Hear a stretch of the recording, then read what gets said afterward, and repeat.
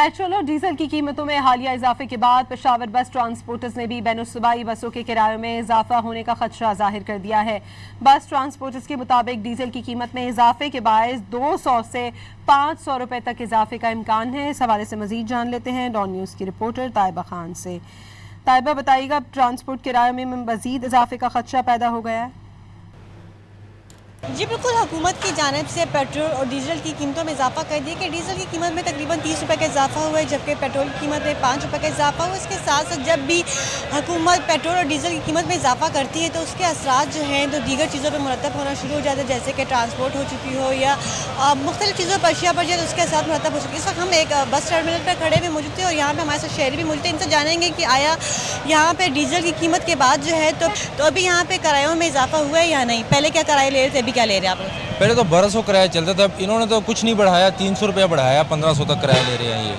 पर ये जो ऊपर बैठे हुए हैं ना, ये तो आवाम का ख्याल नहीं करती, पर ये जो नीचे तबका है ना, जो कारोबारी लोग हैं, ये ट्रांसपोर्ट वाले, ये आवाम का साथ दे रहे हैं। ये बस किराया थोड़ा ही करते हैं कि भाई आवाम को ज़्यादा तकलीफ ना हो। रिलीफ तो हमें गवर्नमेंट को देना चाहिए ना, पर गवर्नमेंट क्या रिलीफ देगी? आवाम ही एक दूसरे का साथ दे रही है। इस वक्त हमारा यहाँ पे ट्रांसपोर्ट मैनेजर भी मौजूद है, इनसे बात करेंगे। सर, आप बताइएगा कि अभी किरायों में इजाफा हुआ है या नहीं, या आने वाले दिनों में इम्कानात हैं?